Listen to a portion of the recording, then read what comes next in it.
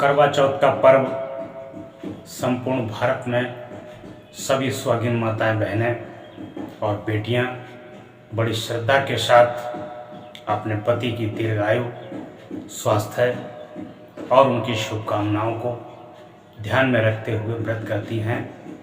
इस व्रत में किसी प्रकार का खाद्य पदार्थ नहीं लिया जाता है, यहाँ तक कि जलपान तक नहीं लिया जाता है, सूक्ष्म से सूक्ष्म जलपान तक नहीं लिया जाता है। बिल्कुल निर्जल होकर व्रत रहती हैं। इस व्रत को पूर्ण करने में सुबह से लेके देर रात्रि तक, जब तक चंद्रमा का दर्शन नहीं हो जाता है, जब तक वह अपना व्रत नहीं खोलती हैं। इस व्रत की हिंदू संस्कृति के अनुसार, परंपरा पौराणिक कथाओं के अनुसार बहुत ही पूर्व से ये व्रत चला आ रहा है और इस व्रत का दिन प्रतिदिन प्रचलन भी बढ़ रहा है। इस व्रत को रखने के लिए द्रौपदी के पति अर्जुन युद्ध के लिए गए थे। द्रौपदी बहुत चिंतित थी, परेशान थी।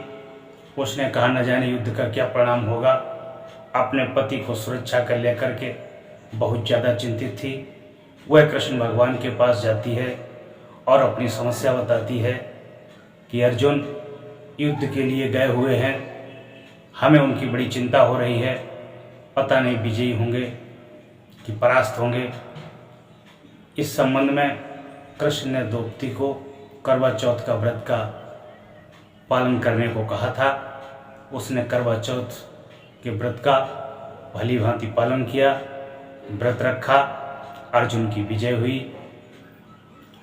पौराणिक कथाओं के अनुसार तब से यह व्रत महिलाओं में प्रचलित है और लगातार चला आ रहा है।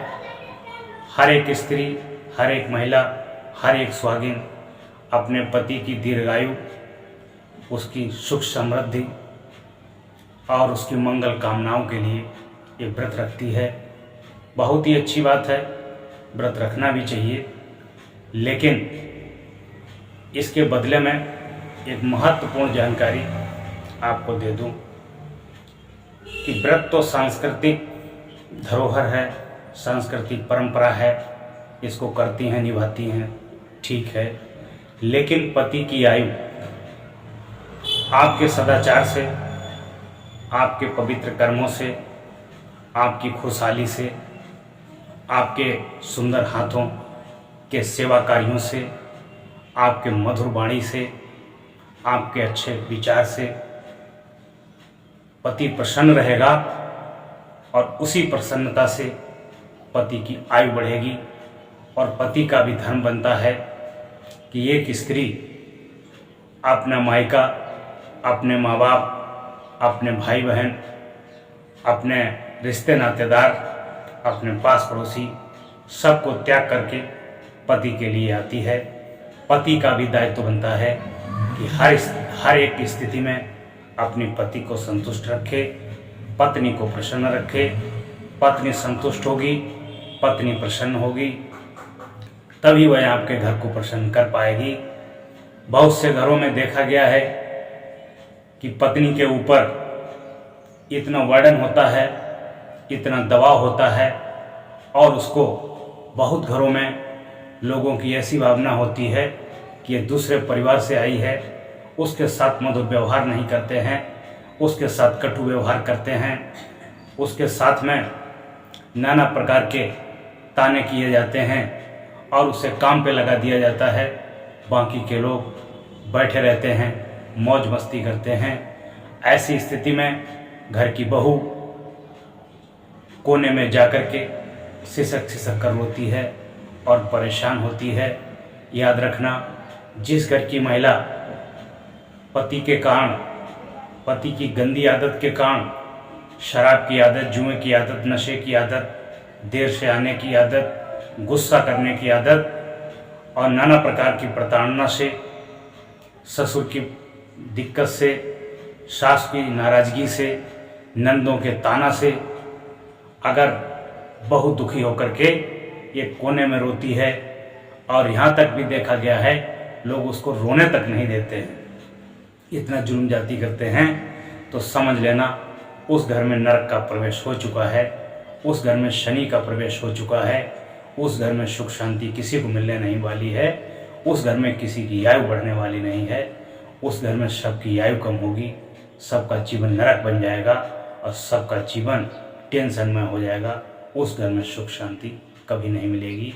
जिस घर में सभी लोग महिला का सम्मान करते हैं, सभी लोग महिला को अपना ही परिवार का सदस्य समझते हैं, ससुर भी बेटी जैसा व्यवहार करता है, सास भी बेटी जैसी व्यवहार करती है, ननद भी भाभी को भाभी रूप में देखती है और पति भी पत्नी का दर्शन सीता स्वरूपा करता है और उसे सारी सुख सुविधाएं मुहैया कराता है, तो पत्नी भी प्रसन्न होकर के पूरे घर की सेवा करती है। जब पूरे घर की सेवा करती है तभी घर में सुख शांति आती है। जब सुख शांति आती है तो पति घर में हर एक सदस्य की आयु बढ़ती है, प्रसन्नता रहती है, स्वास्थ्य बढ़ता है, धन संपत्ति वैभव कीर्ति की प्राप्ति होती है। इसलिए हर एक पति का दायित्व है कि अपनी पत्नी को हर एक परिस्थिति में संतुष्ट रखे और यदि पत्नी पर परिवार का कोई सदस्य या बाहर का कोई सदस्य किसी प्रकार का लांछन लगाता है, किसी प्रकार का दबाव बनाता है, किसी प्रकार से उसे प्रताड़ना देता है, तो पति का दायित्व है कि अपनी पत्नी की रक्षा में उसे आगे आना चाहिए और पत्नी का पक्ष लेना चाहिए। किसी बीमारी से पत्नी ग्रसित है, किसी भी समस्या से पत्नी ग्रसित है, तो पति का दायित्व बनता है कि वो सामने आकर के अपनी पत्नी की रक्षा करे, पत्नी की सेवा करे और पत्नी को खुश रखे। लड़की और बहुओं से भी अनुरोध करूंगा कि किसी घर की बहू अगर उसकी वजह से उसकी सासू खुश नहीं है, उसका ससुर खुश नहीं है, उसकी ननद खुश नहीं है, उसका देवर देवरानी खुश नहीं है, उसका जेठ जेठानी खुश नहीं है, उसके परिवार के लोग खुश नहीं हैं, तो याद रखना उस घर में कभी सुख शांति नहीं आ सकती है। वो चाहे जितना व्रत रख ले, चाहे जितना जो भी कर ले, उस घर में कभी सुख शांति आने वाली नहीं है। सुख शांति तुम्हारे अच्छे चरित्र से, अच्छे स्वभाव से, अच्छे गुणों से प्रकट होती है। तुम्हारा सुंदर चरित्र, तुम्हारे सुंदर कर्म पूरे घर में खुशबू फैला देते हैं। उस खुशबू को पाने के लिए लोग खींचे चले आते हैं और तुम्हारी प्रशंसा करते हैं। तुम गदगद हो जाते हो, प्रसन्न हो जाते हो और दौड़ दौड़ करके कार्य करते हो। तुम अपने जीवन को धन्य बना लेते हो। पति पत्नी में जब तक आपस में सामंजस्य नहीं होगा, जब तक उनके जीवन में खुशहाली नहीं आएगी, रोज़ के झगड़े होते रहेंगे, हफ्तों के झगड़े होते रहेंगे। वह उधर गाल फुलाए बैठे होंगे, वे उधर गाल फुलाए बैठी होंगी। ऐसा नहीं होना चाहिए। पति पत्नी का आपस में सामंजस्य होना चाहिए। अगर किसी बात को लेकर के पत्नी गुस्सा है तो पति को शांत रहना चाहिए। यदि पति गुस्सा है तो पत्नी को शांत रहना चाहिए। जीवन में जब तक रिश्ते में एक दूसरे के प्रति त्याग नहीं होगा, एक दूसरे के प्रति समर्पण नहीं होगा, जब तक रिश्ते में मधुरता नहीं होगी, जब तक रिश्ते में प्रेम नहीं होगा, जब तक रिश्ते में दोस्ती नहीं होगी, जब तक रिश्ते में आनंद नहीं आएगा। और जो माताएं बहनें बेटियां करवा चौथ का व्रत रखती हैं, इतना बड़ा संकल्प लेती हैं कि उस दिन दूध दही मट्ठा फल यहाँ तक कि पानी तक का सेवन नहीं करती हैं, इतना बड़ा त्याग करती हैं, इतना बड़ा व्रत करती हैं। मैं आपको व्रत करने का एक मूल मंत्र बता दे रहा हूँ। इससे आपकी पति की आयु लंबी होगी, साथ में सारे परिवार के सदस्य आपको प्रेम करेंगे, आपको शिखर पर पहुँचा देंगे और आपकी सासू भी आपके घर की चाबी आपको सौंप देगी कि इससे महान बहू, इससे महान बेटी, इससे महान महिला स्त्री और कोई हो ही नहीं सकती है। आप करवा चौथ के व्रत के साथ साथ मेरा बताया हुआ व्रत का पालन अवश्य करें। आपके घर में सुख शांति आएगी, आपके घर में वैभव आएगी और आपके घर में पति तो पति सबकी आयु बढ़ जाएगी, उन्नति हो जाएगी, बरकत हो जाएगी, लक्ष्मी आ जाएगी। घर में निर्धनता नहीं रहेगी, गरीबी नहीं रहेगी, घर माला माल हो जाएगा। हर एक स्त्री के लिए और हर एक पति के लिए और कह सकते हैं कि घर के सभी सदस्यों के लिए व्रत होना चाहिए। एक पत्नी के लिए सबसे बड़ा धर्म, सबसे बड़ा व्रत पति व्रत है, और एक पति के लिए सबसे बड़ा व्रत पत्नी व्रत है। ये व्रतों के राजा हैं, इनसे बड़ा कोई व्रत नहीं है। और दूसरा व्रत ले लीजिए, कम बोलने का व्रत, गम खाने का व्रत, सहनशीलता का व्रत, दौड़ दौड़ कर कार्य करने का व्रत, आलस्य को भगाने का व्रत। अगर किसी घर में बुजुर्ग ने, सास ससुर ने, माता पिता ने, पति ने कुछ कड़ा बोल दिया, कुछ ज़्यादा बोल दिया, तो उसको सहन करने का व्रत लीजिए। बड़े बूढ़े हैं, कहते रहते हैं, आज उन्होंने कह दिया कल तुम्हें प्रेम करेंगे।